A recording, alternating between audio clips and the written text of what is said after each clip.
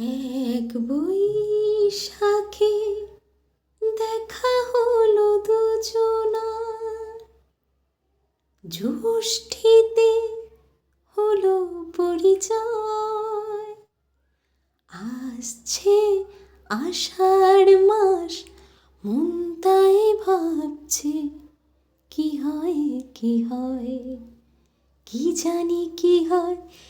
এক বৈশাখে দেখা হলো দুজনার, জ্যৈষ্ঠীতে হলো পরিচয়।